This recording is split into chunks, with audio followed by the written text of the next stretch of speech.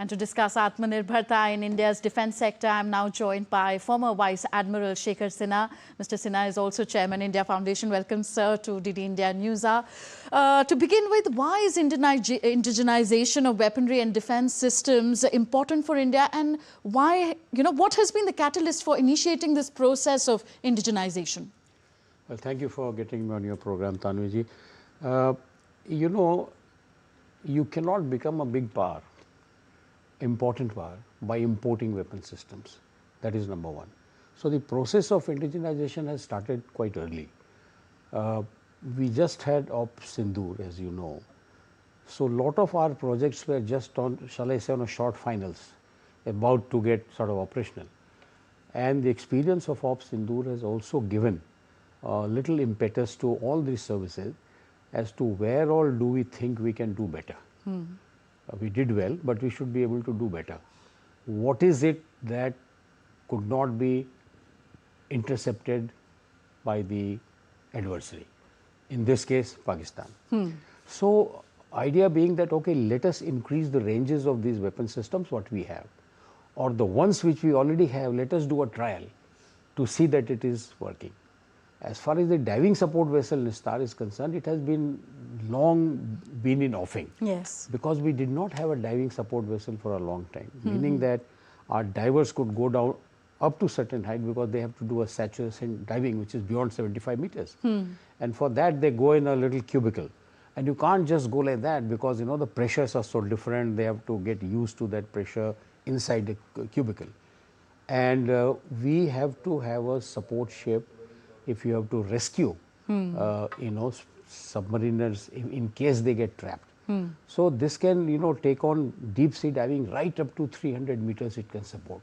So these are the impetus for the 3-4 things that you mentioned, and maybe later on if you ask me some more, maybe I'll be able to. Okay, it's a long list. Yeah. So which are the specific weapons and defense systems of the three forces in which indigenization is especially important? Well, I would put at number one is the fighter aircraft, really.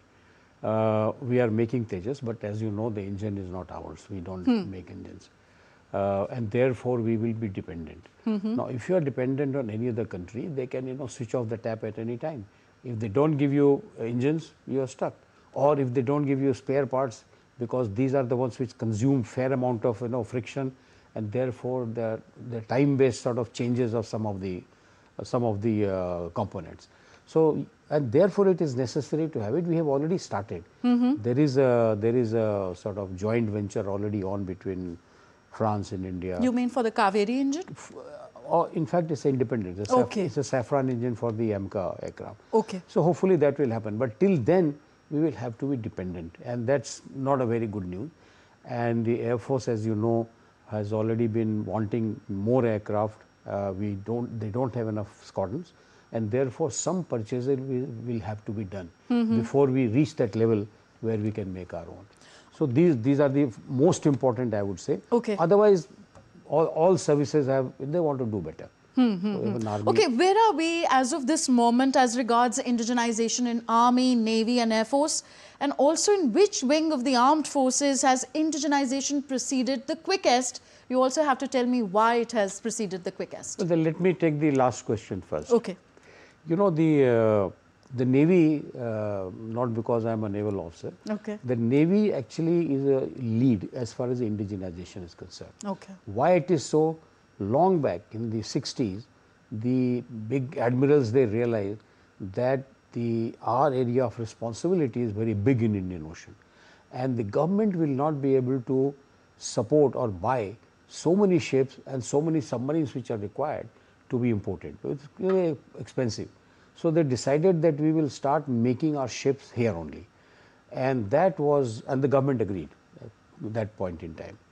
And therefore, you have got the shipyards which are the government PSU, like MDL in Mumbai, then you have GSL in Goa, then you have GRAC in Kolkata, and now you also have the Hindustan Shipyard Limited, which was earlier with Shipping Ministry, but now it is with the government of Ministry of Defence. So these are the ones. The second point is that they were led by the naval officers. a senior naval officer, maybe of the rank of Vice Admiral or Rear Admiral, who understands the Navy's being, and they are the ones who were appointed. They were appointed through the PSCB. But as a serving officer, when you join, one doesn't have, they just have to be nominated, because those shipyards also belong to the Navy, to the Defence Ministry. So that is why Navy has been agree here, quite quick, very fast. All the ships now, the last fully foreign ship has just come recently, but that is the last one, because it was an order of very long time. While I was in service, this was already on order. So they have arrived now.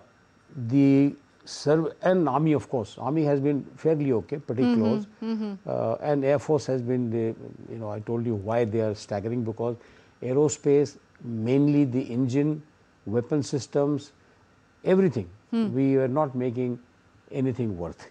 But now we have caught on, as you know, the transport aircraft C-295, which is in the private sector. They are in the private sector already. So this private sector is making, Tatas have got with the Airbus industry, and it is being made in Gujarat, and I think the first one should be rolling out any time. So because that's not a fully weaponized, but the Tejas has got the Indian weapon systems as well. It got the third point is the Army's missiles.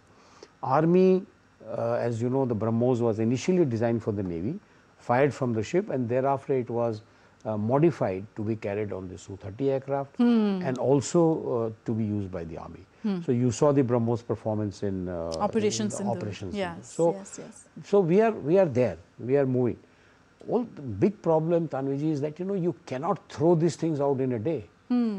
Once you have them, they remain. Their life is 30-40 years.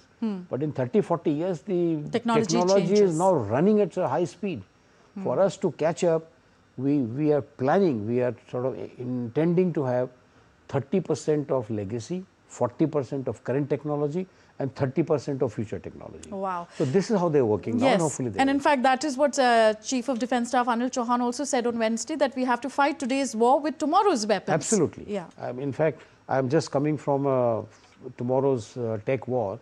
I'm coming from Jaipur. In fact, I was en route home. Okay. And this is exactly what was discussed for 2-3 days. Okay. So it's quite important for us, because in Op Sindoor, the Chinese weapons, the Chinese satellite, the Chinese missiles have been used by Pakistan with full connivance of China. Okay. And therefore, to imagine that you are fighting Pakistan is really misplaced. You are actually fighting with Chinese systems. And therefore, as you know, China is actually advancing to replace the US from #1 position in the world. And therefore, it's not that they will not use, they will use it. They will use it against you through Pakistan. It's like a trial. So Pakistan is doing a trial for them, really. Okay. Finally, sir, where do you see the role of the private sector in indigenization of the defence equipment and weaponry? Quite a lot, because the government cannot spend so much of money, because they have so many other things to do. Developmental work, farmers issue, education, healthcare, etc., etc. But here, the private sector has already jumped in. As I mentioned, the transport aircraft is being made, and now for the AMCA, for the aircraft of future, the government has invited even the private sector to participate, because there is no harm. Engine, in any case, you have to import, no matter who makes it. Even the government is making the Tejas engines are imported. Now the weapon systems, we are started making almost all systems ourselves. We have surface to air missiles, which is the BrahMos. Air to air missile, as you see, just the other day Astra has been fired, the long range, beyond visual range, and I suppose that it should be 100 kilometers plus. Okay. So you got a absolutely top of the line, and the rockets, the bombs, they're all manufactured here. So I think we are just in the right time. The integration will be done by the PSU, because that has got the technicalities of, shall I say, electronics, etc., how it is connected, where it is connected. So that should remain in government's domain. And therefore, integration can be done by the PSU, whereas the rest of it can be made by the private sector. And I think they have jumped in quite well. Army, they are making so many things. Navy, I mean, the ships are built, 100% ships are now aircraft carrier. But the engines we don't make. That's the problem, we have to buy engines. Okay. However, if you have a diesel engine, these anti-submarine vessels which have come, They've got Indian diesel engines. We make diesel engines are quite good, Okay. but not the gas turbine engines. So that is where the problem is. Okay, sir. Really appreciate your time for being with us and explaining to us in great detail where we stand in indigenization of the different defense forces of the country. Thank you very much, sir. Thank you for getting me. Thank you. Thank you.